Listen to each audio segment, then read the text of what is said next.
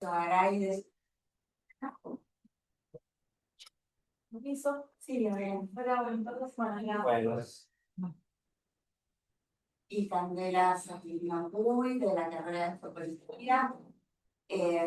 Ambos han trabajado sobre el trabajo de plataformas con distintos enfoques. Eso vamos a poder verlo un poco en sus presentaciones, poder bueno, ver de qué distintas formas se puede abordar esta temática tan actual.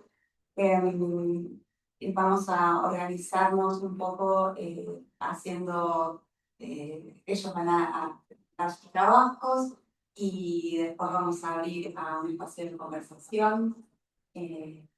Pablo, si querés decir algo del CESDI. No, acá, bueno, es una actividad, por supuesto, del Centro de Estudio de la Sociedad Digital que impulsamos acá. Estamos junto con Flora, que está conectada virtualmente, pensando esta serie de encuentros, de discusiones sobre temáticas que tienen que ver con, por supuesto, los temas del centro. Este es uno, ¿no? La cuestión de las plataformas.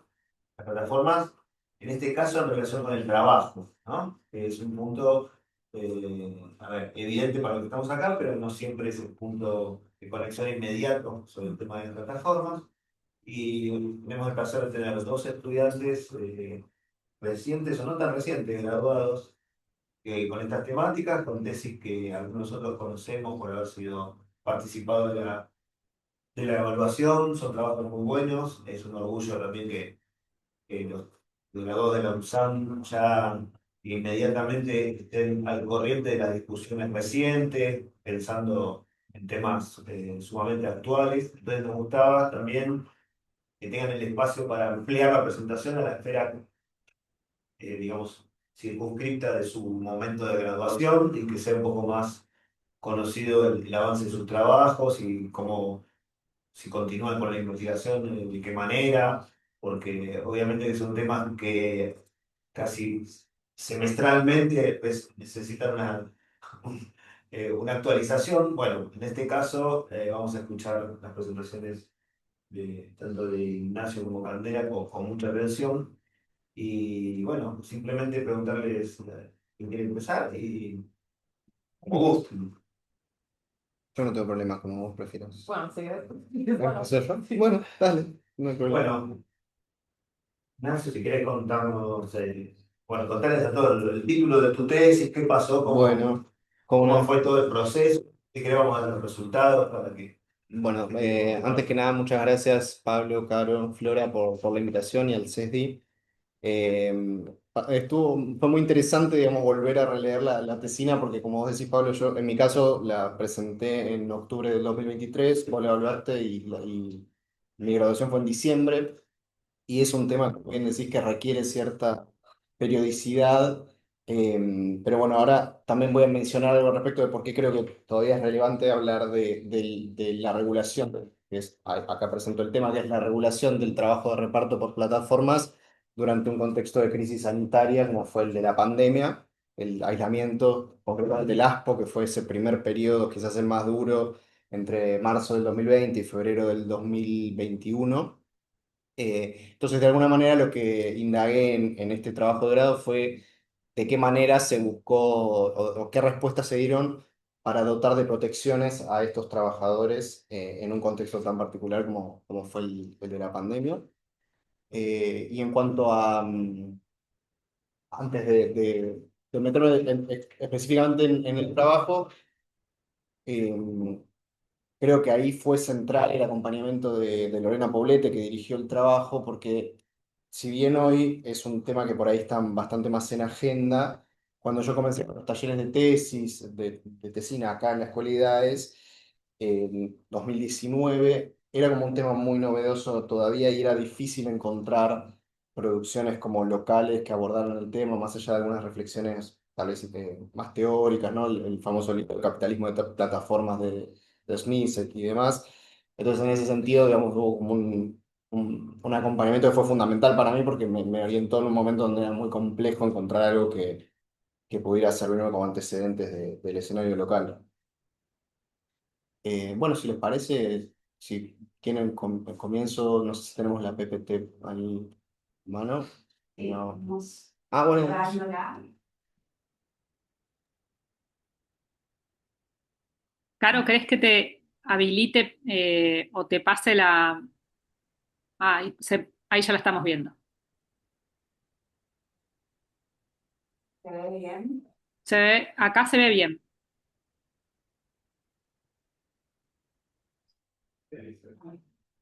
Perfecto. Gracias. Bueno, entonces, ahí el título, ¿cuáles protecciones para qué trabajadores? Un análisis sobre la producción de regulaciones en torno al trabajo de reparto por plataformas en un contexto de aislamiento social. Si podemos pasar, por favor, a la próxima. Gracias. Bueno, como decía, ¿por qué el aislamiento social preventivo y obligatorio? ¿Por qué hacer ese recorte? En principio hay como tres elementos que me parecen relevantes. En primer lugar, porque esta actividad fue declarada como esas esenciales que estaban exceptuadas de cumplir con el aislamiento. Hoy repasaba ese famoso decreto 297 del 2020 y realmente eran muy pocas actividades, ¿no? Son 24 en total, entre las que están básicamente reparto de medicamentos, de alimentos, petróleo y gas, militares, algunas otras y estos trabajadores, ¿no? Y además, bueno, es una actividad que claramente se enriqueció el comercio electrónico por plataformas ante la dificultad de ir a los comercios físicamente y demás. Entonces ahí tuvo un impulso. Si bien estas plataformas ya estaban operando desde el año 2018, bueno, se volvieron mucho más centrales a partir de ese momento. Y por lo tanto también reposicionaron a estos trabajadores, o al menos en la manera en que yo lo veo, en un debate que por ahí los tenía más en un segundo plano, porque ya habían tenido acciones de reivindicación, eh, mismo en el propio año 2018, ¿no? Empezando a generar un primer sindicato, acciones de protesta y demás acá en la ciudad de Buenos Aires y en el AMBA. Pero bueno, definitivamente, como eran una de las pocas personas que iban con sus mochilas y las veíamos por la ventana cuando nadie más podía circular, sin dudas aparecieron con otra centralidad. Y en términos de enunciar el problema o el conflicto, básicamente, probablemente esto lo sabemos, pero lo voy a repasar para que tengamos el marco común de debate. Los trabajadores de reparto por plataformas se insertan como autónomos, básicamente como monotributistas, no tienen una relación de dependencia con las plataformas para las cuales ellos y ellas trabajan.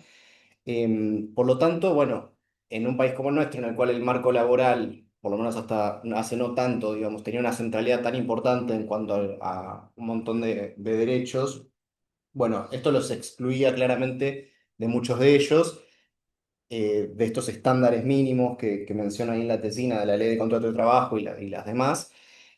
Porque como sabemos, estas plataformas se presentan solamente como una base tecnológica, ¿no? Como mínima para que se encuentren agentes o actores que pueden ser los demandantes de los servicios, los clientes y quienes lo proveen. Entonces, cuestiones que quedan muy por fuera de esta protección, solo por enumerar algunas: salario mínimo, límites a la jornada diaria de trabajo, protección frente al despido sin causa, licencias pagas por enfermedad, accidente, por maternidad, por paternidad. En términos de negociación colectiva, ¿no? Total ausencia de mesas de negociación como pueden existir en otras actividades, representación gremial y demás, entre otros derechos que se pueden enumerar. Básicamente, como dijeron acá, que tengo el gusto de compartir con mi bibliografía en persona, Pablo Míguez y Nicolás Diana Menéndez los sitúa en un conflicto completamente desinstitucionalizado, sin causas y sin ningún tipo de regulación. Si podemos pasar a la próxima. Bien, en términos teóricos lo quiero hacer breve porque probablemente por los temas en los que trabajamos todos y todas compartamos un acervo de nociones comunes, pero sí decir que me sirvió mucho el concepto de economía digital, entendido como un proceso de largo aliento que algunos ubican desde los años 70 del siglo pasado. Esa discusión, digamos, está medianamente abierta, pero hay algunos acuerdos en general.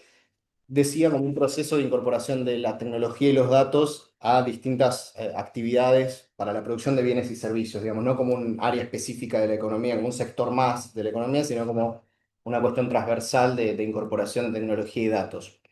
Y específicamente la economía de plataformas como un modelo de negocios, como algo más reducido que el concepto general de economía digital, que me sirvió para entender como una especie de arquetipo del capitalismo actual, digamos, esta es un poco la tesis de Zizek, que es la manera en la cual las empresas actualmente encontraron la manera de generar ganancias ante la caída de la productividad de los bienes y servicios. Pero bueno, en principio como diferenciar estas dos nociones, economía digital por un lado y economía de plataformas por el otro. Y específicamente las plataformas, esta caracterización que hace Zizek de las plataformas de reparto, porque sabemos que hay muchas otras, como plataformas austeras, es decir, de todas las que existen son las que explotan, dice él, un mínimo extractivo básico, o sea, tienen la plataforma, permiten el acceso, pero después todo lo que circula alrededor para que eso sea posible no les pertenece, ni las bicicletas que son de los repartidores, ni por supuesto la relación de trabajo de la cual no se hacen cargo, ni los costos de capacitación, de accidentes, ni ningún tipo. En ese sentido, austeras, entonces un poco la idea es que su modelo de negocio se sustenta en reducir costos, no mucho más que eso. Y por el otro lado, un concepto que viene del derecho del trabajo de un abogado laboralista que es Adrián Goldín, que menciona la ley del contrato de trabajo, la relación de dependencia, mejor dicho, como una llave maestra, dice él, para pasar a la relación de trabajo dependiente. Entonces, en el caso de verificarse esta relación de dependencia, es decir, si pudiéramos sostener que hay una relación de dependencia de los repartidores con sus plataformas, bueno, se nos abre como esta idea del cofre que se abre de todos los derechos que están vedados al no contar con esa calificación.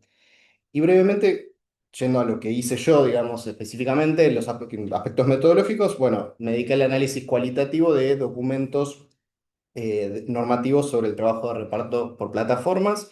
El recorte fue el ASPO, como decía, marzo del 2020, febrero del 2021. Supongamos una más. No, perdón, no, la anterior. Ah, esto, me confundí yo, gracias. Em, Ese corpus estuvo integrado, por un lado, por proyectos legislativos, que fueron 6 en total, que circularon o fueron impulsados durante ese periodo que mencioné, básicamente para contar un poco la cocina de cómo es esa parte. Están disponibles los buscadores de proyectos tanto de la Cámara de Senadores como de la Cámara de Diputados, así que con una serie de palabras clave fue cuestión de ir introduciéndolas y buscando a ver qué es lo que había disponible. Em, y si, ahora sí podemos pasar a la próxima, por favor. Por el otro lado, la respuesta por la vía judicial, o sea, por un lado la legislativa, por el otro los procesos judiciales.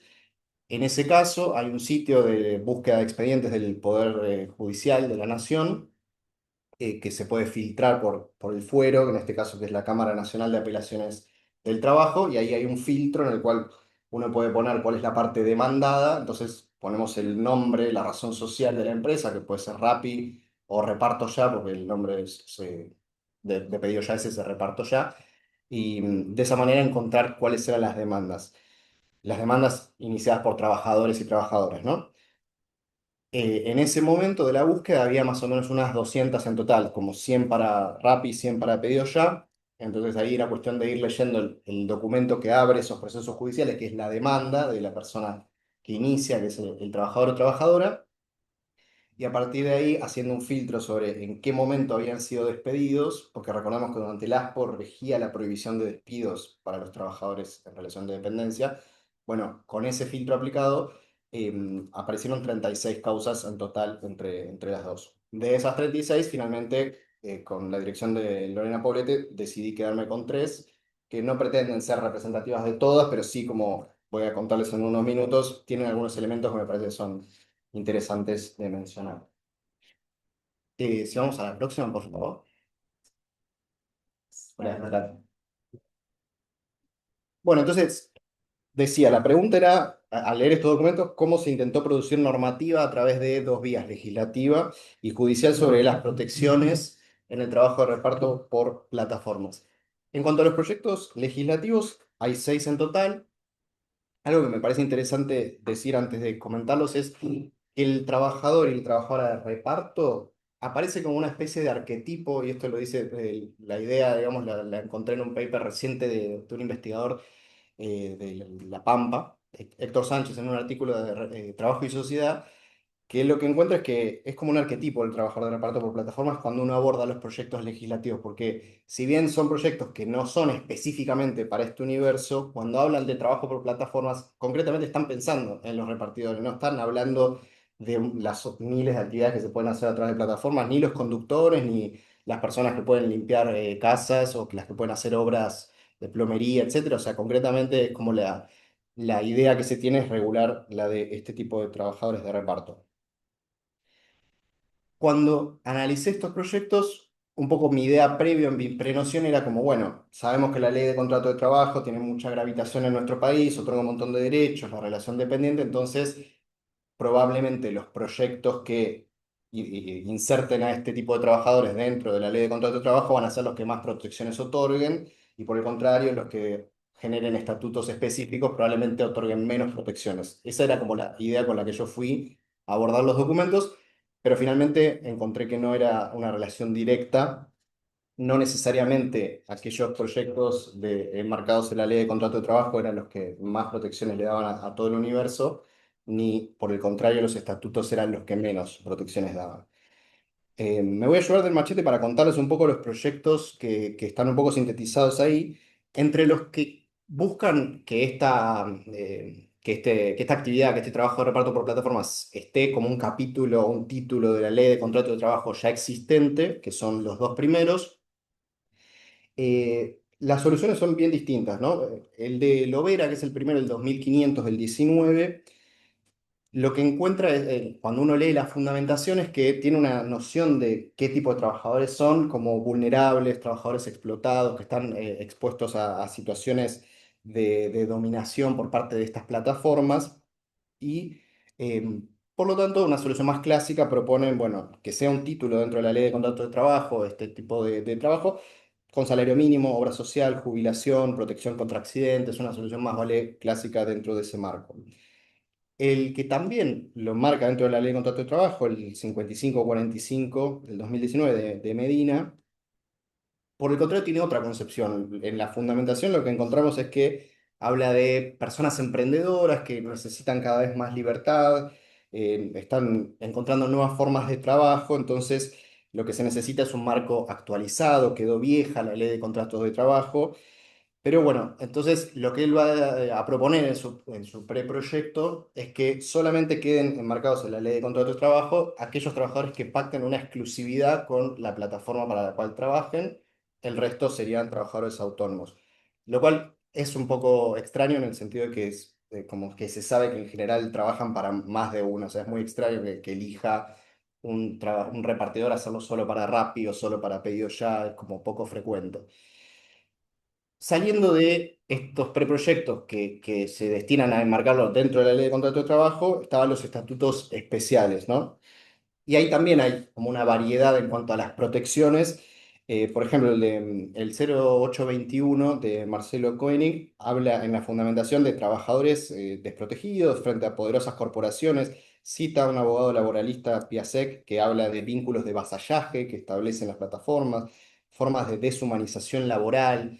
Es decir, si bien no va al marco clásico de la LST, en ese estatuto específico que propone hay protecciones como salario mínimo, aguinaldo, límites de jornada de trabajo, descanso semanal, vacaciones pagas, licencias, protección contra accidentes, indemnización ante el despido. Es decir, hay una serie de protecciones muy grande. En el medio, un proyecto que envía el entonces ministro de Trabajo, Claudio Moroni, que no se mete tanto en la discusión sobre si hay relación de dependencia o no. Específicamente ese proyecto del Ministerio de Trabajo excluye la aplicación de la ley de contrato de trabajo, pero sí establece también numerosas protecciones, indemnización, seguros, reconocimiento de la organización colectiva, descansos, aguinaldos, bueno, entre otras. Otro caso de estatuto específico, el de Martín Lustó, el 1263 del 2020, que directamente genera un estatuto especial, pero para terminar cristalizando la autonomía de estos trabajadores, es decir, la fundamentación directamente lo que se lee es, bueno, acá hay trabajadores autónomos que se encuentran en un ambiente como la plataforma con un demandante del servicio, no hay ninguna posición desigual ni ninguna enunciación de ese estilo. Tampoco se mencionan protecciones, básicamente menciona algo de la jornada de descanso, descanso entre jornadas, pero muy breve. Y finalmente el de Soledad Carrizo, el 3482 del 2020, también va a decir que no sirve la ley de contrato de trabajo para este caso, porque quedó muy vieja, muy desactualizada, propone un estatuto particular, pero como una vinculación dual. Aquellos trabajadores que trabajan hasta 20 horas por semana van a seguir siendo autónomos, el marco protectorio sería más bien para aquellos que trabajen más de 20 horas. Aunque sí va a reconocer algunos mínimos derechos para los que sigan siendo autónomos, que son un descanso mínimo entre jornadas, una indemnización por despido, que esos otros proyectos no lo incluían, y un seguro de accidentes personales o de riesgos del trabajo. ¿Podemos pasar a la próxima? Gracias. No, al siguiente, por favor. Nueva ley, no sé, con el diario del lunes. Bien, y en cuanto a los procesos judiciales, o sea, la otra vía que me interesó analizar, los resumo básicamente en algunos elementos. ¿Cómo se inician estas demandas? Bueno, porque estos trabajos... Sí. Pregunta anterior, de esos proyectos ninguno se aprobó. No, gracias por la pregunta. Ninguno prosperó, por lo menos en ese momento, y bueno, sabemos que hasta el día de hoy tampoco, pero ni siquiera habían pasado el debate en comisiones. Fueron todos preproyectos. La ley de modernización tiene un capítulo ahora sobre Sí. plataformas Que básicamente cristaliza la... Claro, exacto. Bien, y con los expedientes judiciales entonces se inician porque tenemos los bloqueos, estos famosos bloqueos que se le producen a los trabajadores, que puede ser por algún inconveniente con la aplicación, puede ser porque se marcó un pedido como entregado, cuando no fue entregado, bueno, según la versión del que demanda el trabajador, puede ser, por ejemplo, porque no lo atendía nadie en el domicilio, necesitaba seguir recibiendo pedidos, tocó timbre, esperó 20 minutos, bueno, marcó como entregado el pedido, después el cliente termina diciendo, a mí nunca me lo entregaron, bueno, y la solución termina siendo bloquear al trabajador. Entonces inician básicamente a partir de un bloqueo. Los reclamos, hay como dos grupos. Están los que piden a través de una medida cautelar ser reincorporados, o sea, que se les habilite su perfil digital y seguir trabajando, y aquellos que directamente dicen, bueno, listo, acepto el despido, pero págame la indemnización, págame los salarios caídos. Bueno, ahí empiezan todos los ítems que suman los abogados laboralistas para la indemnización. Y también se suman otros argumentos en esas demandas que tienen que ver con denunciar el fraude laboral, o sea, empezar a denunciar una relación de dependencia encubierta, a decir que esta libertad aparente, o que esta libertad justamente es aparente porque cuando dejas de aceptar pedidos te baja la tasa de aceptación, entonces vas a recibir menos plata por cada pedido y demás. Y también hay algún caso de una trabajadora que había tenido actividad sindical, entonces que también suma este argumento cuando la despide pedido ya, como había ganado cierta visibilidad en algunas acciones, entonces aparecen como distintos elementos. En cuanto a los resultados, la verdad que son bastante escasos, o sea, bastante pobres, por decirlo. En primer lugar, hay mucho tiempo que transcurre con la incertidumbre sobre dónde tiene que radicarse la demanda, porque obviamente ellos lo inician en el foro laboral, los trabajadores pueden iniciar una demanda de forma gratuita, pero las empresas dicen esto tiene que ir al fuero comercial porque es una relación entre iguales, como una prestación de servicios. Bueno, mucho tiempo en los expedientes perdidos en esa discusión. Después, cuando piden medidas cautelares, como es una cuestión muy específica al derecho procesal, digamos, se tienen que dar ciertos requisitos. Algunos juzgados dicen, bueno, sí, están dados los requisitos para que se reincorpore esta trabajadora de forma eh, adelantada, aunque no tengamos un resultado provisorio, aunque no tengamos un resultado final sobre quién tiene razón, pero bueno, porque es muy peligroso dejar pasar el tiempo, entonces de forma cautelar lo reincorporamos. Algunos juzgados les daban la razón, mientras que otros directamente no lo hacían, entonces también quedaba un poco sellada la suerte según en qué escritorio cayera la demanda. Y ahora sí podemos pasar a la siguiente. Gracias. A modo de cierre, entonces, decía que la judicialización, dice la tesina, que constituye un proceso imperfecto para resolver los conflictos entre los trabajadores y las plataformas. Las resoluciones son tardías, no hay un criterio unívoco que sigan los juzgados en virtud de la libertad que tienen los jueces para decidir, obviamente. Por lo tanto, por lo menos hasta que no hubiera un fallo de Corte Suprema, que en ese momento no lo había, tampoco lo tenemos hoy, bueno, evidentemente no iba a ser ese el camino para dar una respuesta a estas protecciones.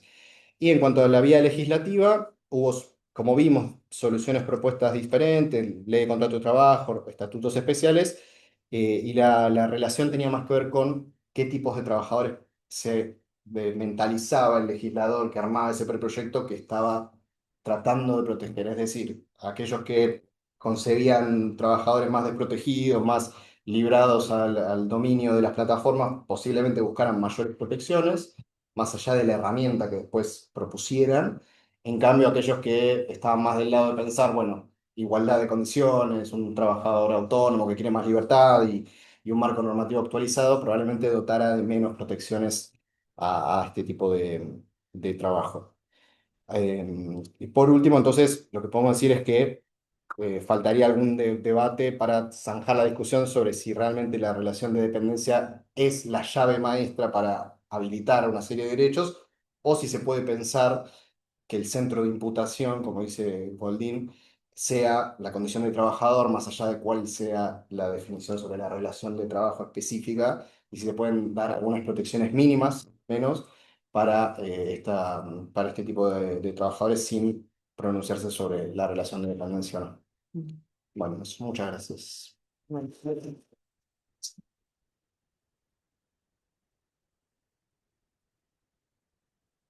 Bueno, algunas empiezo yo porque, bueno, primero que fui uno de los evaluadores y la conozco ya de comienzo. Y voy a repetir una cosa que ya te dije, pero me imagino que acá no viene al cuento. El trabajo, obviamente, es un rastreo, digamos, muy serio, buscando encontrar como los leading case para pensar el problema, que no es nada fácil, sobre todo porque la cuestión de la regulación, acá también no era solo una cuestión de la regulación del trabajo en plataforma, como decís vos, del trabajador de plataforma. Era, no solo regulando la actividad en sí, sino el sujeto trabajador. En parte porque también regular las plataformas en un sentido o en otro también era convalidar o no el modelo de negocio de las plataformas en el momento donde hacía recién 2 años que ingresaban y no estaban legitimadas. Ustedes recordán muy bien los conflictos de 2018 entre Uber y los taxis. No, no estaba clara la posición oficial. La verdad, ni el gobierno de la ciudad tenía uno, no estaba clara y como que precipitó la pandemia, precipitó tener que tomar una decisión. Y como el ejemplo, digamos, siempre que me viene a la cabeza es, uno recuerda cuando estaban cuestionadas en un primer momento, al principio ofrecían, era resistida el descenso de la plataforma. Bueno, en el 2020 esa resistencia desaparece inmediatamente y al mismo tiempo, bueno, es una vía de escape a una tensión que proviene del desempleo, de la imposibilidad de abastecerse de medicamentos. Entonces, casi como que sin planificarlo, las plataformas se encontraron en un escenario, a ver, favorable a su despliegue, que una legislación ponía en riesgo, en un sentido bueno. Entonces, me parece a mí que esto que analizamos, los diferentes proyectos, en parte son como, van más allá de regular el trabajo en concreto, sino es, bueno, en este capitalismo argentino periférico, ¿vamos a dejar o no que este modelo de negocio global prospere o lo vamos a limitar? Eso se juega para mí un poco en esta decisión. Por eso, bueno, termina no, a ver, dejemos el statu quo porque en el statu quo avanzaba. Una regulación, por más ligera que sea, era una regulación. O sea, por más que no sea, digamos, ni un problema para la rentabilidad, que sea favorable a la plataforma, en muchos casos no hay ninguna. Es preferible que no haya ninguna a que haya una mala. Entonces, me parece que el trabajo que haces o que hiciste en la tesis y que, bueno, te acompañó un poco la realidad porque no tuviste, no sé si habrás visto proyectos posteriores entre 2022 y 2024, no sé cuántos se deben haber presentado, no sé si eso ya lo habrás relevado, ¿no? Pero en parte era esa cuestión, de ver, bueno, regulando o no, o cómo regulamos el trabajo, estoy diciendo algo del modelo de negocio de la plataforma. Eh, y vos hablaste ¿no? Esa tipología de inaugura Nietzsche, cuando dice son plataformas austeras, que lo que quiere decir es que si no fueran austeras, no podría funcionar el modelo de negocio. O sea, si yo no dejara funcionarla, no las dejara funcionar con esa lógica, posiblemente no tendría sentido la organización digamos, económica en toda la plataforma. Porque es significa, por ejemplo, que los trabajadores que están intermediados sean considerados trabajadores dependientes o que la propiedad de los activos no sean ajenas, sino que sean propias. Un montón de cosas que, digamos, arruinaría la lógica inicial. Entonces, el hecho de que, digamos, en esos primeros años, el fantasma de regularla era, bueno, regularla es como matarlas. Y en parte, bueno, no es creo ni una cosa ni otra, pero no, digamos, la heterogeneidad de situaciones es muy amplia y hoy ya en muchos contextos diferentes hay, hay un espectro de regulaciones, desde muy laxas a algunas que son un poco más firmes, pero bueno, eso se discute hoy en el mundo. Acá estamos como en una en un momento, a ver, si bien se discute mucho la problemática, hay un montón de trabajo y hay como, en su momento hubo una discusión pública que ahora, digo, mermó.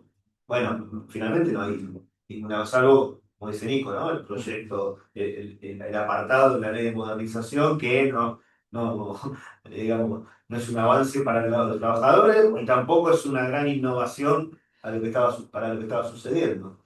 Entonces, bueno, Perdón, es un retroceso, sí. bueno, ahí Porque está. Eso, quita la posibilidad de judicializarlo, porque establece que no hay relación laboral posible. Claro. Ningún tipo de relación laboral. Entonces, o sea, sí. cierra la vía, digamos, de la judicialización. Claro. Y por otro lado, tampoco la judicialización estaba garantizando una efectividad alta en la resolución de los conflictos. Bueno, acá, bueno, Ignacio, ahora está estudiando Derecho, contó, o sea, como que está, se quiere meter Lo que faltó.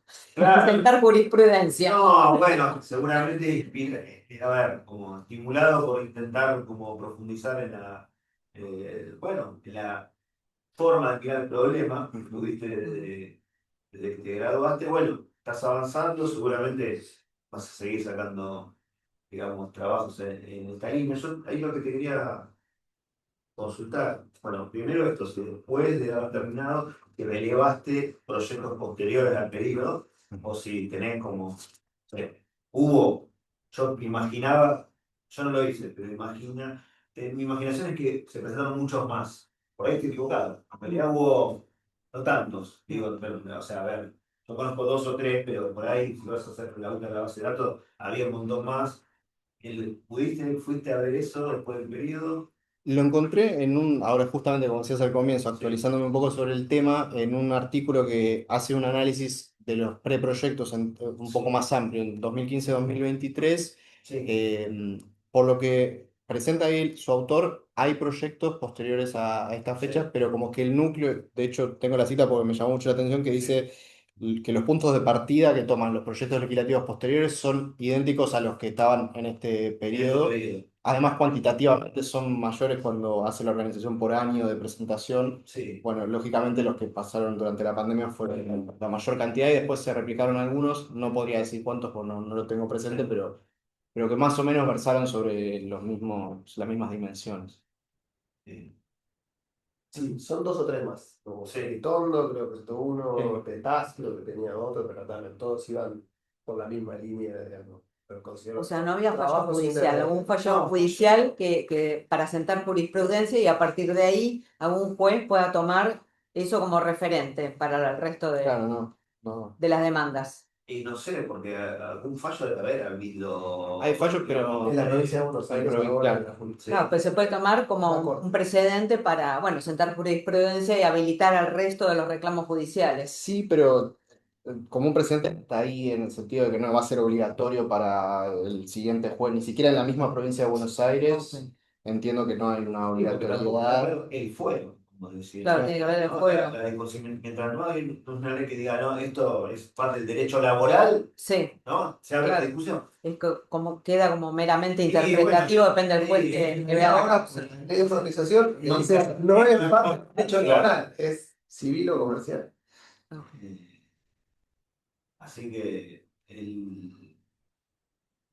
y una cuestión quizás se podría discutir también, es que estos trabajos que son, digamos, hay una mediación de una tarea que sucedía antes, ¿no? Pero también la forma de gestionar estos trabajos también encuentra complejidades recientes, o sea, así como hay una especie de plataformización del trabajo, van sucediendo a ver, aspectos que obligan a pensar conceptos que, no sé, a mí se me ocurre uno, pero qué sé yo no soy el primero, ni mucho menos, pero sí hablar de cierta algoritmización del trabajo, que no solo el de los que están mediados por en plataformas de reparto, en muchas otras plataformas. Ujú. Bueno, y eso como, ya acá no se discutía esto, pero lo vamos a tener que pensar si se imponen algunos sectores de trabajos, digamos que en otros países de América Latina hay procesos que no son plataformización, que son algoritmización, que imponen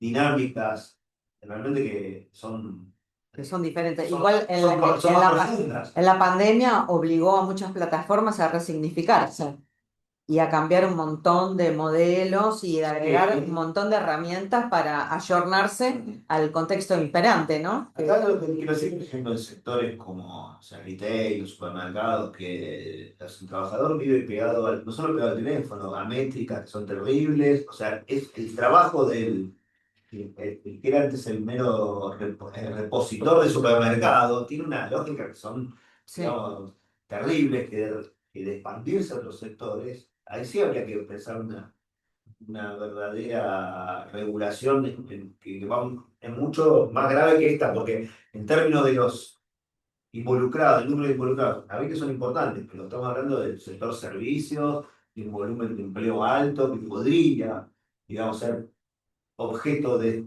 estos mecanismos que todavía son poco vistos, pero que van a avanzar. Pero hay una tendencia a la precarización en general. Sí, eso es ya algo más histórico de la última etapa del capitalismo, pero estos procesos puntuales, porque acá uno puede decir, esta es la plataformización, bueno, pero ya estamos en una etapa, digamos, avanzada de otros pasos, que bueno, nuestro lugar medio periférico hace que no lo veamos digamos, tan a la vista, pero van a llegar. Seguro. Entonces, sí, sucede, sí que bueno. Una pregunta, por ahí me corro un poco de eje Sí. porque no es exactamente el trabajo. También lo que quería saber era estos proyectos o la discusión sobre la regulación, cuando se propone regular el trabajo, por ahí Ignacio o algún otro que sepa, ¿regulan también o se proponen, se plantean algo con respecto a regular el funcionamiento de la plataforma? O más allá de la relación laboral o no, la plataforma, por ejemplo, que usa algoritmos de recomendación y que te orienta a ciertos negocios o a ciertos otros y que hasta puede, no sé, incidir en el tipo de dieta Claro. que tengas recomendándote solamente hamburguesas, en fin. Sí, Los proyectos de Sí, sí, eso se reguló, se discutió en algún momento. ¿Y qué tipo de impuestos pagan las plataformas? ahí no sé si para alguien me pregunta, pero para mí. A ver, habrán visto que es cierto que sobre regular el trabajo no necesariamente está regulando el funcionamiento, digamos, del modelo de negocio. Pero en parte es un punto muy importante. Por ejemplo, en España, Comisiones Obreras discutió en su momento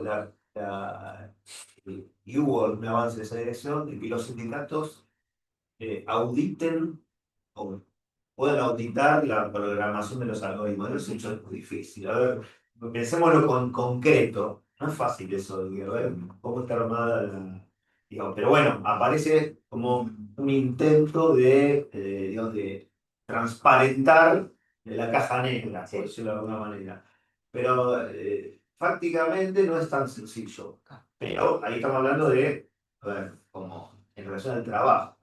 Pero es cierto que estas plataformas que son de reparto, el centro es el trabajo de reparto. Hay otras plataformas de contenido, por ejemplo, que no es el trabajo digamos, directo que comandan, sino es, no sé, el manejo de los contenidos que suben digamos, los usuarios, etcétera, y ahí será otra lógica, no Claro. son todas las No, por eso plataformas. yo lo pienso desde las plataformas audiovisuales, Claro, donde se sí. regula, por ejemplo, Europa regula criterios de prominencia. O sea, todo el que Sí. distribuye contenidos tiene que tener contenidos europeos. Ah, Tiene que haber secciones donde vos encuentres películas o series europeas. sí. Entonces es como si uno dijera, bueno, no sé, la ley de góndolas que te dice, qué sé yo, los huevos los tenés que poner arriba y no abajo. Sí. Bueno, para estas plataformas uno podría pensar también qué pones arriba o qué salen los comodines, o si privilegias la cercanía o privilegias las grandes cadenas, no sé. Son decisiones que mueven millones, ¿no? El problema es que también abrís como a debates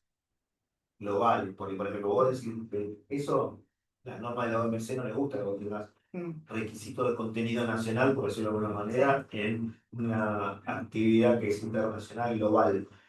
Pero bueno, los estados lo hacen y después habrá que dírselo. O sea, obviamente, la Unión Europea es el lugar de mayor regulación de todas estas dinámicas, pero también al mismo tiempo globalmente va perdiendo poder en relación a Estados Unidos y China, entonces regula la IA, regula los mercados digitales, regula un montón de cosas, pero su influencia a nivel global es cada vez menor.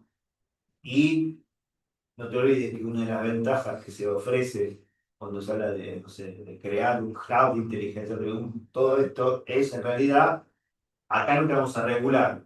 No somos ni China, que es digamos, el socialismo, ni la Unión Europea que te regula. Acá, quédense tranquilos que no va a haber regulación. O sea, es como a ver, una política de atracción de inversiones. Si no, acá no vamos a regular. Total, hasta ahora no fue regulada, mirá cómo se está expandiendo. ¿Qué querés hacer? ¿Querés como cortar el impulso de la innovación? Más o menos. La Unión Europea lo hace y bueno, termina tampoco en los hechos, pone multas muy importantes, que de hecho eso le llevó Y le pone problemas.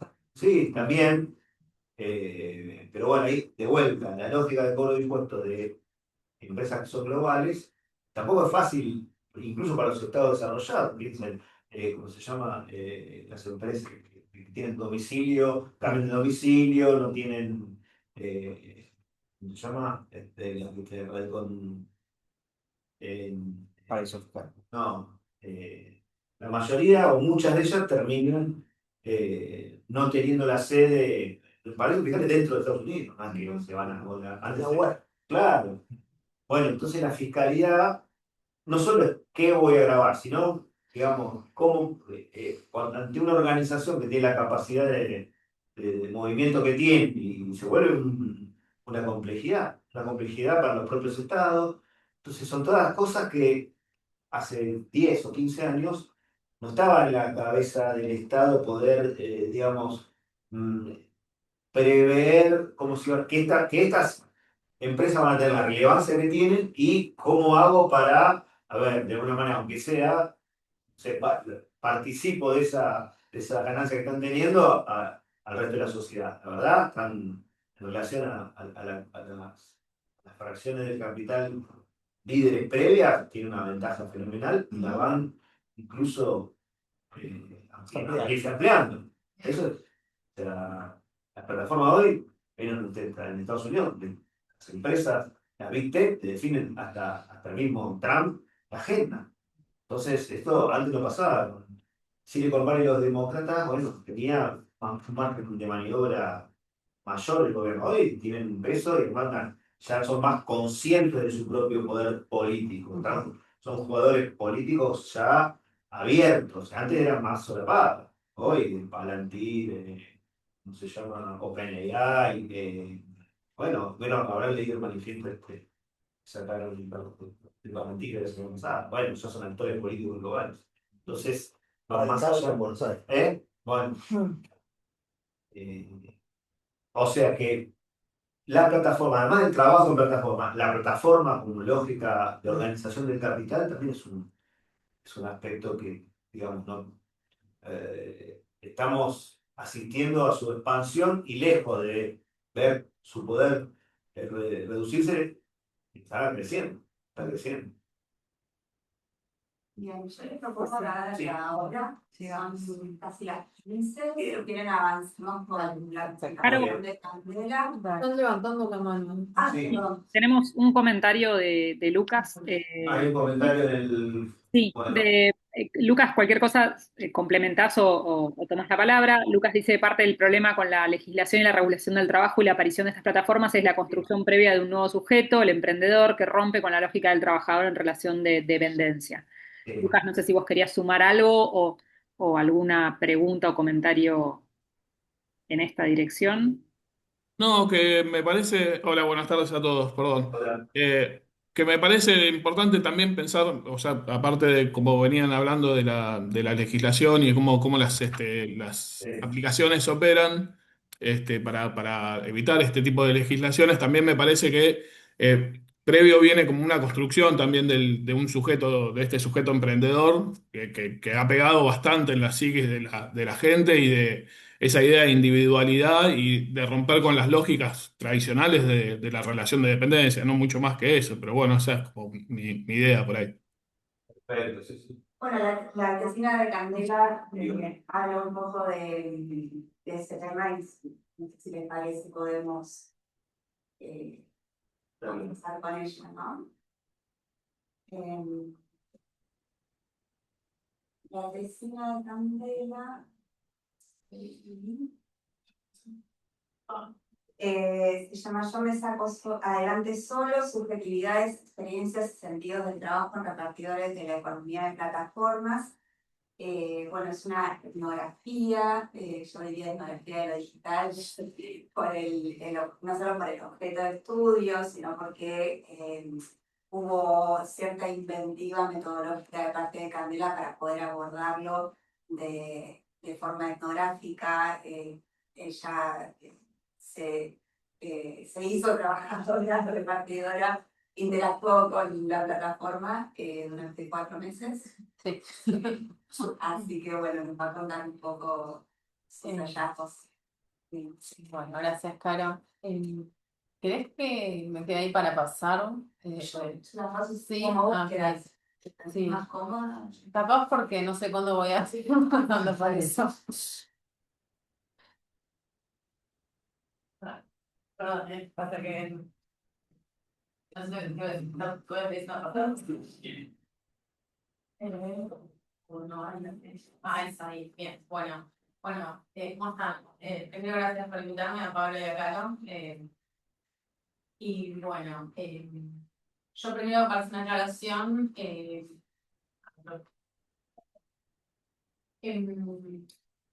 sí, bueno, la metodología que usé, aparte de trabajar también entrevistas, exploré grupos de Facebook, publicaciones de repartidores, conversé con ellos en varios puntos de la ciudad y también en San Martín, como para aclarar un poco, y también eso yo trabajar de Rabi, porque bueno, la cuestión de la antropología y hacer algo más, o sea, ser un participante como que tiene mucho peso en la carrera, entonces quería ver de poder algo que no sea, hacer algo que no sea meramente cualitativo, entonces bueno. Ese fue, digamos, el recorte metodológico que hice. Quería hacer un par de declaraciones al respecto de esto. Yo terminé mi trabajo de campo a principios de 2025. Y si bien hice algunas intervenciones en este tiempo, la tesis, bueno, se inscribe en esa línea temporal de fines de 2023 a principios de 2025. Y bueno, vivimos en un país y en un mundo convulsionado, hay cosas que cambiaron, obviamente. Yo creo, por las innovaciones que estuve haciendo y por el contacto con gente que sigue investigando el tema, que la tesina sigue vigente, como el desarrollo siguen vigentes, sí hay una mermación enorme de los ingresos de los repartidores que ya venía desde el momento en el que yo estaba haciendo la tesis, ahora como que todo eso trajo nuevas cosas, trajo un nuevo sujeto que capaz yo no indagué tanto y no está tan vinculado a mi tesis, que tiene que ver con, bueno, un montón de trabajadores que empezaron desempleados en masa, que se sumaron con 70 años al mercado laboral, como eso la verdad que yo no lo tengo tan indagado, nada, para hacer esa aclaración. Y bueno, mi tesis, las preguntas de investigación, de la cual les parto, son un poco qué pasa en las subjetividades de las personas con la metamorfosis que hay, está habiendo en el mundo del trabajo, con los cambios tan abruptos que estamos viviendo, y qué pasa específicamente con el capitalismo de plataformas, en esto con los sujetos que trabajan en las plataformas. Si bien yo en mi tesis, bueno, hablo de varias cosas que tienen que ver con el sentido que los repartidores le dan su trabajo, por lo que hablamos con Karen, en la que intercambiamos, acá me voy a centrar más que nada en las transformaciones de nuestra supervisación que implica la gestión algorítmica, la mediación algorítmica de trabajo.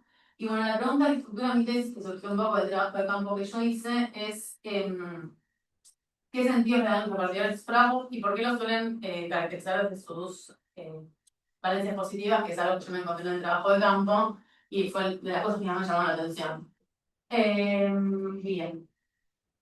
En este sentido, bueno, para mí es importante pensar el trabajo en clave de agencia, porque bueno, me encontré esto, que para ellos el trabajo implicaba un sentido contestatario a otras formas de trabajo, que implicaba un sistema de valores que tenía afinidad con sus tonalidades, entonces ellos había una práctica retentiva en repartir, y el trabajo no era valorado en el vacío, sino en relación a una trama laboral, nuestras trayectorias laborales están insertas, que están muy marcadas por la precariedad laboral. Por lo cual, nada, a mí me parece importante entender que la agencia se da en un contexto de dominación, es los límites de la autonomía, digamos, ¿no? En los que se inscriben. Bien, traigo, a mí me gusta usar citas de nativos porque siento que está bueno para entender más de lo que yo puedo decir. Traigo una cita de un chico que una cosa que pasaba mucho en las entrevistas, cuando yo preguntaba, bueno, ¿cómo se hace trabajar en Rappi?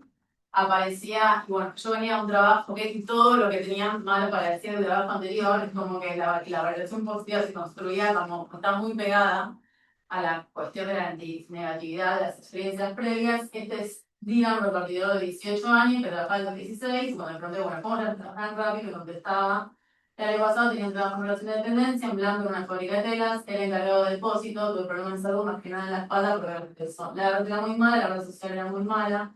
Con el dolor de espalda nadie me dio una solución y yo antes de contra mi jefe, que no soy culpable porque él me dijo las condiciones eran claras, te vas a romper la espalda si hace falta, bueno, yo decidí renunciar. Esta cita se podría poner cualquier otra, pero me parece interesante porque hay muchas cosas que expresa que tienen que ver con, bueno, qué implica en las trayectorias y subjetividad de un repartidor las garantías colectivas que como la RT, la obra social, todas cosas que parecen perder su eficacia. Y bueno, también el contexto precario, las posibilidades que tienen los repartidores a la hora de salir al mercado laboral. Y esta cuestión también de cómo estas cuestiones no se resuelven en los casos que en los repartidores que yo entrevisté, mediante acciones más colectivas o quizás sindicatos, sino que bueno, ¿qué hago ante esta situación molesta? Renuncio y busco trabajo, como una cuestión muy marcada por las trayectorias individuales. Y bueno, esto para poner un poco en contexto el tema de las valencias positivas, ahora sí me voy a centrar más en lo que es la gestión algorítmica. Y una cuestión que se valoraba es de las valencias principales de la gestión algorítmica tiene que ver con pensarla en contraposición a la evaluación de jefes, que son humanos, que tienen sus criterios subjetivos y que por ende se los suele considerar como evaluadores injustos y arbitrarios en sus relatos, y esto suele generar mucha bronca, impotencia, estrés emocional, una cuestión de, en el trabajo anterior no se me valoraban, no me evaluaban bien, sino me evaluaban porque el amigo del jefe ascendía y yo no, como una cuestión que eso genera mucha bronca, la situación de las evaluaciones de jefes en trabajos anteriores. En contraposición a eso, las aplicaciones también tienen un sistema de evaluación de los repartidores que tiene que ver con un principio meritocrático en el cual las ganancias no son proporcionales a las horas trabajadas, al tiempo trabajado, sino que son incrementales. Como dice ahí, es un sprint de cuando trabajé como repartidora, está en la parte de los principios de la aplicación, dice meritocracia. Entre más pedidos entregues y más servicio, mejor servicio prestas, más ganancias recibís. Al repartir con Soy Rápido tenés un estado y entre más alto sea este, más pedidos y dinero recibís, ya lo ven, no somos más buena aplicación, etc. Pero bueno, esto como refleja un poco esto que quiero decir, que hay una cuestión de que si bien no tienen un jefe, son evaluados por la aplicación en el sentido que tienen que trabajar una cierta cantidad de horas para ocupar un nivel en el ranking y tener ganancias. Que bueno, con la crisis, la cantidad de gente incorporada al trabajo de plataformas era un tema tener es un tema tener un lugar en el ranking, porque si no sos, si no pasas de determinadas horas, si no llegas a determinado puntaje, la verdad que lo que queda es como, digamos, la pirámide neoliberal, lo que queda para los de abajo es muy poco, o sea, no tienen muchas ganancias. Entonces, bueno, hay una cuestión con, nada, esta es la manera que tiene que de evaluar rápido los repartidores, y esto es valorado por ellos, incluso implicando competencia, implicando un sistema de valores, o sea, un sistema de ranking, es valorado por ellos en contraposición a jefes que evalúan, ascienden y premian de maneras injustas en sus relatos. Incluso en la injusticia Claro. se puede evidenciar que es valorado. Claro, sí, sí, o sea, bueno, ahí los autores hablan justamente de meritocracia, la meritocracia como una desigualdad considerada justa por algunas personas, que eso, quería hablar un poco de eso porque, o sea, una de las cosas que me llamó la atención, creo que esta, si la voy a decir, vamos a hacer un cambio de información. Una de las cosas que me llamaba la atención es que el reparto no, ese sistema de este modus operandi de la aplicación no es valorado solamente por quienes están en el nivel más alto, sino que incluso quienes no trabajan tantas horas, como por ahí estudiantes que usan el trabajo como modo part-time. Yo les preguntaba, che, pero esta voz no te terminas jodiendo, y me decían, bueno, como este chico que tiene 16 años, me decía, hay gente que se merece ganar más que otras, y me dicen hay menos horarios, digo, bueno, hay gente que le mete más, yo part-time. Como una cuestión que tiene que ver con un sistema de valores, ¿no? No solamente con la práctica del trabajo en sí, sino que es un poco más amplio. Y otra cuestión en relación a la gestión algorítmica que quería mencionar tiene que ver con una posibilidad de progreso y mejora que encuentran los partidos en trabajo, sobre todo los más jóvenes y sobre todo los que empiezan a trabajar con bici. Que tiene que ver, o sea, ellos generan una cadena de progreso que tiene que ver con ir subiendo en el ranking, que como dice ahí, Rappi como fomenta un poco esto en el sentido de rumbo al éxito, subiendo el estado de soy Rappi, pues tener más beneficios, animarte a Rappi y subir el diamante es el nivel más alto. Y además de esto, la gestión algorítmica tiene una cuestión que prioriza mucho más a quienes trabajan en moto que a quienes trabajan en bici. O sea, las ganancias de quienes trabajan en moto son mucho mayores. Entonces, lo que yo veía en el trabajo de campo, que se generaba una cadena de progreso que tenía que ver con ir ascendiendo en el ranking, ahorrar, comprarte la moto y ahí progresar económicamente, ¿no? Como, y aparte había algo de que realmente ellos veían en su entorno que había repartido, empezaban a ver si podían comprar la moto. Yo entrevisté chicos que estaban en moto y venían de la bici, y muchos chicos que entrevisté cuando trabajaban en bici y lograron comprarse la moto. Y cuando se compraron la moto, el WhatsApp era como, llegué a la más alto, nadie me saca de la cima, o sea, siempre cambiaban la foto de perfil con la mochila de Rappi y la moto, como hay toda una cuestión simbólica con llegar a la moto también. Y ahora como me decía Dylan, bueno, hablando de este tema, si vos querés salir al mundo laboral y no sabes cómo y tienes 18 años, venite a Rappi, aunque sea increíble, yo creo que mi primera moto me la voy a comprar con Rappi. Como hay una cuestión, nada, de eso, puedo llegar a la moto y por lo tanto encontrar una proyección del progreso, digamos, en el trabajo. Bien. Y lo que yo estudio en mi tesis también, lo que desarrollo, es que, lo decía un poco con la cuestión de la consonancia con el sistema de valores, que las valencias positivas del reparto, todo lo que genera, permita y habilita la gestión algorítmica, todo este mundo no se relaciona solamente con la valencia positiva del trabajo en sí, sino que tiene que ver con algo más amplio, que bueno, varios autores lo denominan como utilización del yo, que tiene que ver con un entramado de prácticas y modalidades que tienen al yo como eje principal, que tienen que ver con bueno, defender una ética del esfuerzo, el trabajo, la disciplina, generar la mayor independencia del mundo externo posible, etcétera. Que bueno, por un lado, esta cuestión de, o sea, el trabajo de reparto obviamente implica una exposición y uso del cuerpo muy grande, en el sentido que pedaleaba de horas, salir en la lluvia. Y a mí me pasaba mucho cuando yo, o sea, todo el tiempo intentaba pinchar eso, ¿no? Che, no te molesta salir con la lluvia, y hay una cuestión de, con la lluvia me pagan más, yo no me canso pedaleando 10 horas, como una cuestión muy estoica, que tiene que ver con salir y ir a buscar los pedidos. Yo si un día me tengo que ir de iglesia a Recoleta no me importa, porque bueno, es lo que hay que hacer, como una cuestión muy, muy defender la ética del trabajo. Y también esta cuestión de generar la mayor independencia de una persona posible en el sentido de no quiero trabajar con compañeros que son molestos, no quiero que me evalúe un jefe, yo me autogestiono mi evaluación, somos yo la aplicación, que haya la mayor cantidad de personas, la menor cantidad de personas posible que interfieran en mi camino y en mi proyección de progreso. Por ejemplo, acá traigo una cita de un repartidor venezolano, Saúl, que me decía que estaba aprendiendo mecánica para no tener que llevar más la moto al mecánico, y me parece interesante verla por manera en la que Saúl elige decir que está aprendiendo mecánica. Tu mecánico no te va a hacer un servicio para que la moto te dure mucho, sino para que al tiempo le vuelvas a hacer el mismo y te siga cobrando lo mismo, entonces prefiero hacerle yo el servicio a mi moto y listo. Entonces, por eso me gusta aprender muchísimas cosas, porque no me gusta depender de nadie. Como, nada, esta cuestión de el otro, como siempre aparece el momento de el otro como alguien que va a hacer la suya, me va a hacer la ropa, claro, claro, o sea, Incluso en el reclutamiento, valoro que no tengo una entrevista, tengo, sí, ¿no? Eso es sí, como sí, el estrés De la entrevista estás de callado, sí, sí, sí. sí, sí. Y bueno, en este contexto, o sea, obviamente estos sujetos se insertan más en lo que serían las dinámicas de individuación. Yo para esto lo uso más Mergen.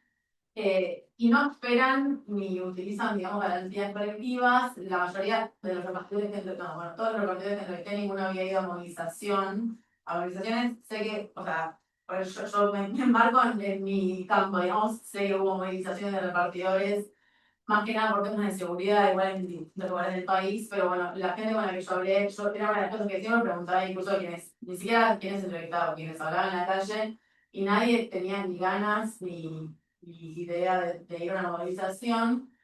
Y eso se da generalmente porque suelen percibir a la organización colectiva como ineficaz y innecesaria, una cuestión de, o sea, esto no sé si lo dije, pero sobre todo en los más jóvenes, hay una voluntad muy fuerte de todo el tiempo de estar a la clase de yo quiero salir adelante, yo tengo, o sea, salir adelante es como una cuestión muy fuerte en ellos, pero eso se consigue por vías individuales, en sus relatos, prácticas, eh, etcétera. Y bueno, traje cuando le pregunté a uno de los repartidores si alguna vez había una marcha de reparto, me decía, no, yo no voy a ninguna movilización porque entre las que existen, cuando estudiaba no iba a ninguna movilización por estudiantes, yo voy a estudiar en la escuela y listo. Cuando estudiaba, cuando trabajaba también, el sindicato no tiene estilo y qué sé yo voy a trabajar más, no por miedo a que me descuenten o miedo a que me baje la materia, porque yo me saco adelante solo, no me cambia nada, gano mucho más saltando del lugar que yendo a una marcha, porque la verdad que los cambios son insignificantes.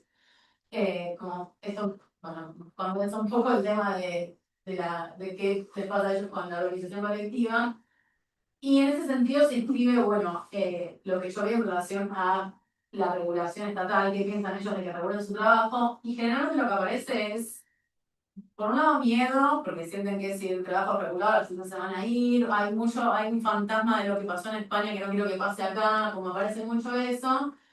Y bueno, acá tengo esta otra frase de un repartidor que me parece que condensa un poco lo que está atrás de esto, que yo le preguntaba, ¿qué te parecería que regule el trabajo? Y me decía, no, que la libertad de la empresa no me da que el Estado venga y ponga 8 horas para hacer todo rápido, porque va a poder entrar menos gente, tienen que conocer cómo funciona, a veces se quieren meter de afuera, cambiar de trabajo sin saber cómo funciona.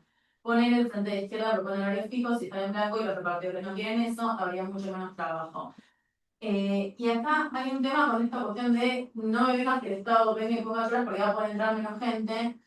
Este repartidor que aparte valoraba mucho el tema de ahora cualquiera puede dejarse la aplicación, esforzarse y progresar, y se entiende como que el Estado vendría a anular la libertad horaria, el criterio de merecimiento, la posibilidad de progreso, como que todo eso el Estado, todo eso que el mercado habilita, el Estado lo anularía. Entonces hay un tema ahí también con más allá de bueno, todos los problemas que hay con el Estado y lo que se piensa el Estado, que ya de por sí es todo un tema para hablar, nada, como entra en juego esta cuestión de qué pasaría si el Estado se mete en las leyes del mercado. Bien, y un poco ya para ir cerrando, bueno, yo marqué mi tesis en la categoría de mejorismo, porque, bueno, por ver razones, Pero un poco también me parece interesante hablar como para, yo entiendo el tema no como solamente desde los repartidores, sino de una sensibilidad popular como un poco más amplia que se da sobre todo entre los jóvenes, que tiene que ver, bueno, con estos jóvenes cada vez en sus deseos, proyectos, desafíos y obstáculos con categorías codificadas por la experiencia individual del mercado. Y en esto el emprendedurismo aparece como categoría no solo económica, sino principalmente moral, y tiene que ver con concebirse a sí mismos como unidades productivas siempre mejorables y productos de su propia empresa. Y en este sentido, bueno, me parece importante como esta cuestión de, y las partes aparece mucho esta cuestión de la proyección del progreso personal a través del mercado. Y hay una cuestión con con mis interlocutores que generalmente cuando se proyectan a futuro, se proyectan teniendo sus propias empresas, sus propios negocios, o sea, como hay una cuestión de, en un futuro yo ser mi fuente de trabajo, y yo autogestar mi fuente de trabajo, y en este sentido me parece que el trabajo de reparto como logra ser eficaz de alguna manera esa cadena de progreso en la que ellos te narran, que tiene que ver con empezar a trabajar en bici, esforzarse, comprarse la moto, y en un futuro trasladar los valores que les ofrece el trabajo de reparto que tiene que ver con flexibilidad, autonomía, libertad de autogestión, a mi propio emprendimiento. Como bueno, el reparto habilita como esta cuestión, hace eficaz el sistema de valores y esta proyección a futuro que ellos tienen. Y bueno, y a modo de conclusión, la hipótesis, o sea, a la pregunta inicialmente es que por qué los sujetos suelen destacar al reparto de sus valencias positivas, la respuesta sería las valoraciones positivas del trabajo de reparto no pueden entenderse únicamente como un efecto de adaptación a condiciones precarias, sino como parte de una práctica activa mediante la cual los trabajadores encuentran en efectividad una vía de distanciamiento respecto a otros regímenes laborales, al mismo tiempo un espacio donde internar un sistema de valores centrado en la autonomía, el esfuerzo y la libertad individual. Estas dimensiones no solo organizan su experiencia cotidiana, sino que también dialogan con sus proyecciones en futuro y las formas en las que se narran a sí mismos. Y bueno, gracias.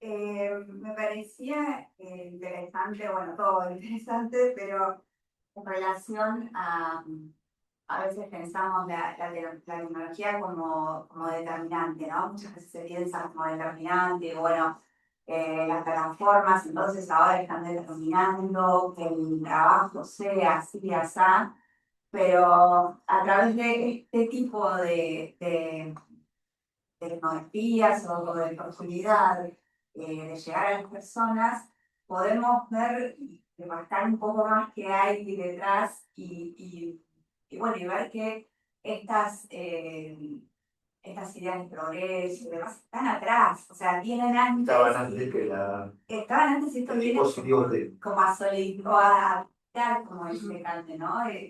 Bueno, que esto se fragúe de alguna manera entre estas expectativas que ya existían bueno, y estas plataformas que dan ese espacio para. Eso me parece como súper potente y después también otro hallazgo que aparece en la tesina de Kant en relación a la complejización de la noción de sujeto popular en una Argentina que vive cambios fuertes en relación a la emergencia de una nueva sensibilidad popular mejorista, bueno, tiene que ver con todo lo que decía Kant sobre el mejorismo, y bueno, sobre un sujeto popular sobre el cual muchas veces desde la teoría, por ahí lo pensamos con categorías anteriores, digamos, tenemos que empezar como a incorporar estas cuestiones más actuales bueno, y vuelve a incorporarlas también, ¿no? Digo, desde la academia. Y bueno, eso lo rescataba también porque trabajos como el de Candela y como el de Ignacio nos hacen pensar y reformular las categorías con las que trabajamos también, ¿no? ¿Puedo sumar? No, sí, no. Bueno, gracias. No, me pareció súper interesante y me preguntaba también en qué medida, si bien posiblemente, digamos, en qué medida estos procesos de subjetivación se nutren de cosas que seguramente ya estaban y en qué medida están enriquecidas en este universo en particular. Digo, es una pregunta para la mesa, no necesariamente para Gandel, Cuando pensamos que es un universo en el cual encontramos mayor proporción de varones que de mujeres, usualmente de mucha presencia migrante, con nivel educativo alto, es decir, digo, cuáles de estas variables podrían quizás explicar, o no sé si explicar, o quizás enriquecer un poco más ciertos procesos de subjetivación que tal vez con el mismo escenario común no encontremos en otras actividades. Digo, por pensar, por ejemplo, no toda la cuestión de, por llevarlo a otro plano, el apoyo a las derechas por parte de los varones versus el apoyo a la derecha por parte de las mujeres, ¿no? Tal vez en un universo donde la presencia masculina es más fuerte, esta subjetivación mejorista y meritocrática se da de otra manera. Bueno, simplemente pensaba eso, pero me encantó la presentación. Sí, con la relación a que los varones son más que las mujeres, o sea, lo que yo pensé, lo que pensamos con mi director bastante que tiene que ver justamente con esta cuestión del estoicismo. Bueno, yo desarrollo análisis la cuestión de una emergencia estoica popular juvenil que se impregna más, o sea, digo, como no es exclusiva de los varones, pero hay una cuestión con el género, ¿no? Con esta cuestión de deportes, de calistenia, y la gimnasia, estar esculpido, como una cuestión que eso no es solo un género, pero que en los varones como impregna de una manera particular. Y también la verdad que hay una cuestión, bueno, trabajar en la calle de noche o a cualquier hora, digo, o sea, tampoco es lo mismo si sos varón, si sos mujer, eso también está. ¿Esto vos sabés que en Córdoba estaba o en Capital? Y en Capital y San Martín, o sea, sí. Pero no sé, también hace poco me hice un trabajo en Rosario, que bueno, ahí también es terrible el tema de la policía, entonces, claro, todo, como si sos mujer, es peor, entonces, pero bueno, también hay una cuestión con que la cuestión, estos valores de la aplicación, el tema del uso del cuerpo, respalda también ciertos valores y mandatos, por decirlo de una manera, de la masculinidad hegemónica, entonces, como se puede pensar eso como de esa manera por un lado. Y después con el tema de en qué medida esto ya estaba y en qué medida esto es nuevo, para mí hay una cosa interesante con que, o sea, justamente la aplicación lo que da es que convierte en experiencia un sistema de valores que por ahí ya estaba, pero o sea, no en ningún lugar, no todos los lugares lo pueden convertir en experiencia, porque no todos los lugares no están automatizados porque vivimos en un mundo con personas. Entonces, como que, por un lado, o sea, pasa algo con eso. Y disfrute de eso, ¿no? Sí, de sí. la experiencia, evidentemente es lo que se valora positivamente. Sí, sí. Y me decir algo más, pero después me olvidé. Yo quería preguntar algo. Cuando decías de las proyecciones a futuro, ¿cómo ves esa proyección a futuro? O sea, cuando pasas de rubia a diamante, como después que hay de eso, o una vez que llegas a la moto, la idea que es quedarte acá haciendo moto el resto de tu vida, o hay alguna otra cosa. No, eso capaz no lo llegué a profundizar tanto, bueno, también. ¿Y te Sí. tocó lidiar con accidentes? Sí, no, hay, sí. Bueno, con relación al futuro, obviamente los más viejos, digamos, entrevisté a gente de más 40, no veían tanto más que el reparto, un futuro más que repartir, digamos, porque, bueno, otra etapa de la vida. Sí, en los más jóvenes tenían una proyección que no tenía que ver con quedarse trabajando en moto para siempre, sino que esto que decía al final, que tiene que ver con como un eslabón en una cadena de progreso, en la que el futuro está en tener emprendimiento, incluso aparece la universidad, pero generalmente cuando aparece la universidad parece como, bueno, tener el propio estudio de abogados, como todo es, yo siendo la fuente de la autogestión de mi trabajo, pero generalmente no es el punto, el destino final no es la moto, sino que la moto es un paso, digamos, en sus narraciones. Y con respecto a los accidentes, sí varios de los chicos con los que entrevisté habían tenido accidentes. Y bueno, también es todo un tema ese. Yo sí tuve accidentes. No, si te apareció. Yo entrevisté a dos repartidores y uno venía de un accidente y el otro se accidentó al mes de Claro, sí, entrevistarlo. Entonces quedé como marcada sí, sí. que es re común. Sí, con relación a los accidentes aparece todo un tema no sé, me ha tocado repartidos que me digan como el tema del accidente también es muy personal porque vos tenés que saber cómo moverte, cuándo moverte, cuándo estás cansado, cuándo no, tenés que activarte vos, o sea, activar vos tu cuestión de saber cuándo no accidentarte. Y también hay una cuestión digo, ellos no están muy seguros si, yo lo que entrevisté, si la aplicación cubre o no los accidentes, pero es como una cuestión de no importa, o sea, yo lo puedo arreglar por mi cuenta. O sea, por ejemplo, entrevisté a un chico que me decía La verdad que creo que lo cubre, pero por ejemplo, cuando a mí me chocaron, preferí hablarlo con el dueño del auto, que me dé la plata y ya está, para que me voy a comer toda la burocracia. Como hay una cuestión de, también lo resuelvo yo, en la mayoría de los casos. Pero sí, o sea, la mayoría, aunque sea mínimo, algún accidente habían tenido, o sea, sí. Es que, si bueno, yo cuando trabajé o sea, trabajé un tiempo y me pasaba que en un momento, yo ando mucho en bici, pero estás tanto tiempo que yo ni siquiera estaba tanto tiempo, pero estás tanto tiempo en la calle que es imposible que en un momento no te comas un auto, o sea, como, Claro. No, por eso también pensaba lo de si es una cosa permanente o si es un trabajo transitorio para después o sea, me cuesta imaginar que alguien piense que toda su vida va a ser delivery en moto y que eso va a funcionar bien sí. hasta la vejez. No, claro, que muchos no, o sea, los que lo más jóvenes sobre todo no, o sea, como que no lo proyectan así, eso, pero también hay un tema, por ejemplo, que es una cosa que estoy viendo ahora con otra investigación que estoy haciendo, en los jóvenes pasa que la mayoría de los trabajos, eso no lo hablé porque digamos, puede ser mucho, pero con los jóvenes pasa que la mayoría de los trabajos te impiden estudiar porque ahora son trabajar en gastronomía más de 10 horas, pues no puedes cursar una carrera de esa manera, y aparece que los trabajos de persona de repente son como dentro de las opciones precarias, de las pocas opciones para poder estudiar y trabajar a la vez. Y también aparece eso en los jóvenes, como bueno, este trabajo me permite toda esta presión de progreso, pero aparte me permite estudiar, que es otra una cosa que Como capaz pasaba con el center. Claro. Claro. 4 horas y te permitías, sabías que era precario, sabías que, pero bueno, era la opción que permitía estudiar. Hay una cuestión clave que es el manejo del tiempo. Sí, Lo sí. que decís de la autonomía y el control sobre el manejo del tiempo. Sí, sí. Pero sí, eso, las profesiones de futuro generalmente no están en repartir toda la vida en moto. Sí me acababan eso, repartidores más grandes que capaz sí ya no tienen como otra expectativa. Pero también eso, o sea, que vienen de condiciones muy precarias del trabajo en general. Entonces, pero sí, eso.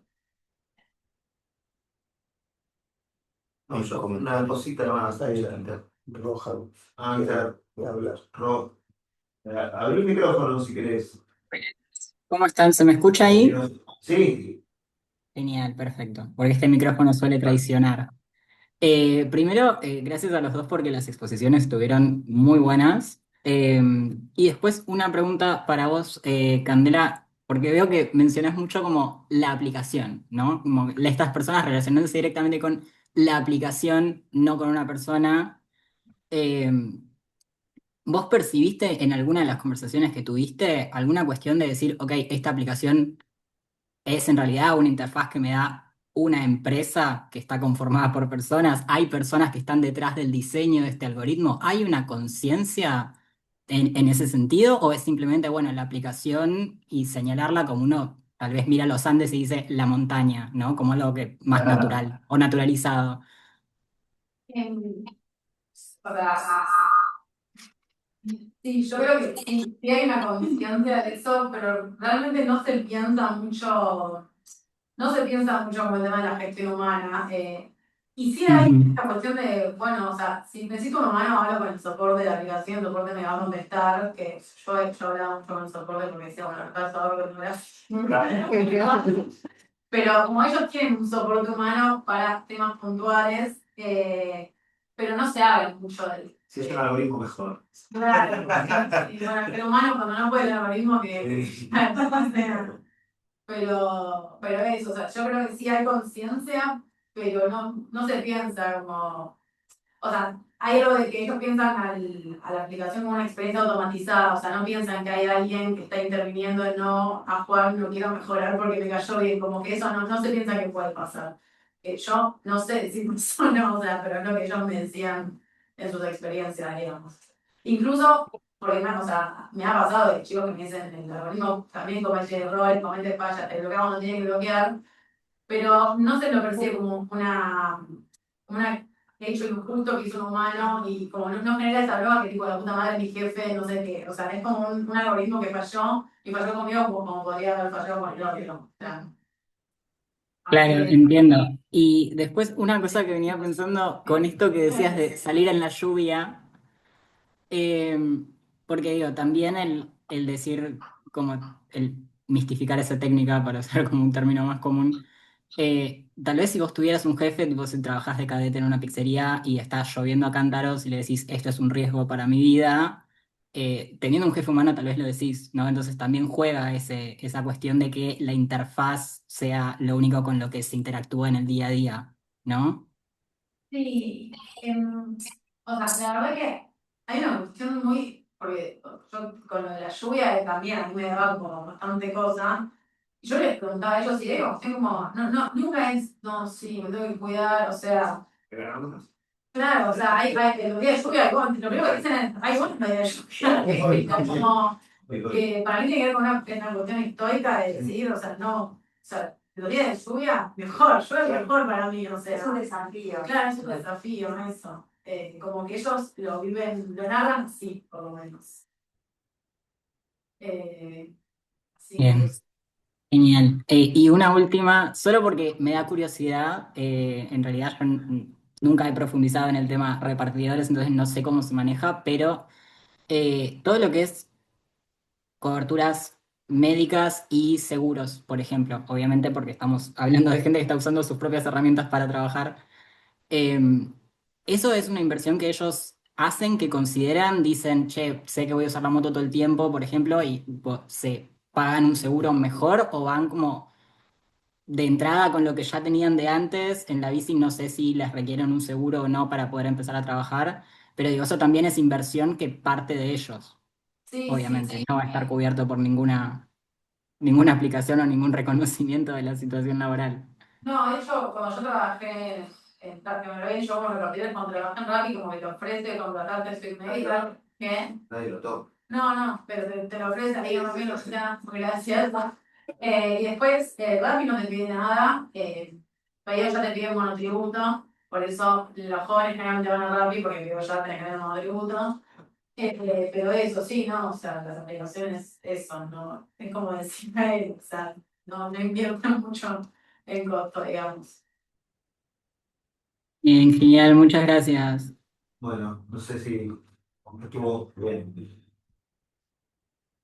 No, una cosita nomás que con relación a lo que me señalaba Caro, que estaba muy bien, ¿no? Estos valores estaban, la plataforma, digamos, los moviliza.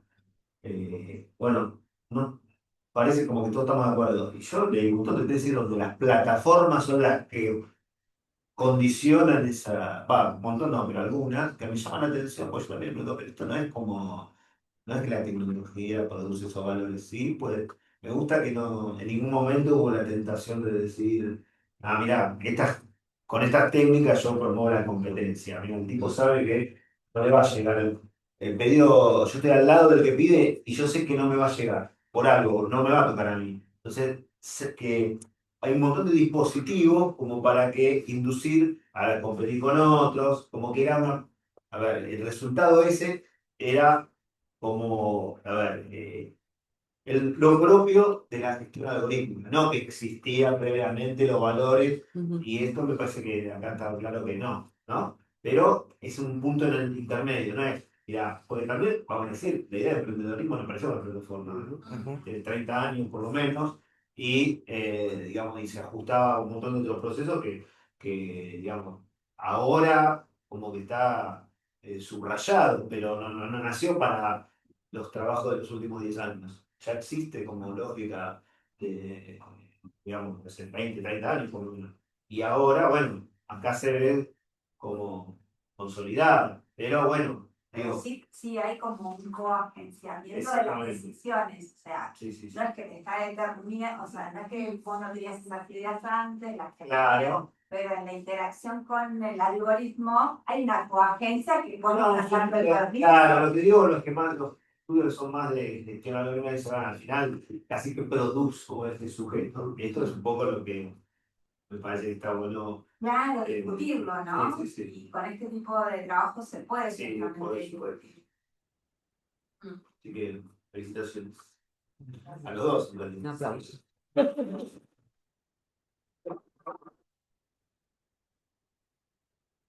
Bueno, si alguno quiere comentar algo, saludar o algo, es el momento. Si no, Están saludando. ahí está. Bueno, muchas gracias por haberse conectado. No sé si a chicos quieren dejar su mail para alguno que quiera escribir o algo. Ah, vale. Sí, no sé, ahí en el ¿Están chat. todos con la cámara apagada o nosotros pusimos para que no se ve? No, todos. Ahí está. Estoy en plataforma de síganos porque prefieren el anonimato visual. ¿No? Ay, me la ¿Por qué? Porque hay una cámara que absorbe toda la presión. Entonces, como una imagen, los demás pueden no entender nada. Claro. No sería más difícil. Es la cara del docente. Yo te lo. Hay No sé algo. si te. Espera, Se entiende ahí. para dejarme una pantalla. Esa es chiquita. No. En defensa nuestra, voy a decir que es más lindo hablar de una cara que de una letra. Y no se ve nada de la nuestra, ¿no? O sea, bueno, yo no veo nada. Puede ser que acá una reunión de consorcio. Sí. Finalmente. Claro. Bueno, muchísimas gracias por haberse conectado. Gracias, Hans. Gracias, Ignacio. Participantes presentes. Bueno, seguiremos. El centro va a tener algunas actividades nuevas que le vamos a contar, estén atentos. Discusiones, quizás propuestas de debate teórico de plataformas. Ya vamos a mandar un newsletter. Lo seguimos en el inglés. Exacto, exacto. Bueno, ¿Eso lo publican en la escuela, Sí, sí, sí. en la página de la escuela o mandan tiene mail? su propia difusión. ¿Cómo te enteraste vos? ¿No fue por un- Yo me enteré primero por la, o sea, por la página, Sí. pero aparte yo tengo una asociación humanitaria Ah. y publico todo lo de la escuela interdisciplinaria, por eso No, la sacaba realidad es que fotos. además del centro de habilidades, está la difusión de actividades, también centros de difusión. Está bien, Como sí, que sí, sí, por eso. Cualquier cosa de las actividades que van a surgir, Perfecto, después ya voy a quiero lo da. perfecto. Ok. Bueno, Por los dos lados, lo más probable que llegue. Sí, perfecto. Bueno, gracias a gracias. todos. Gracias.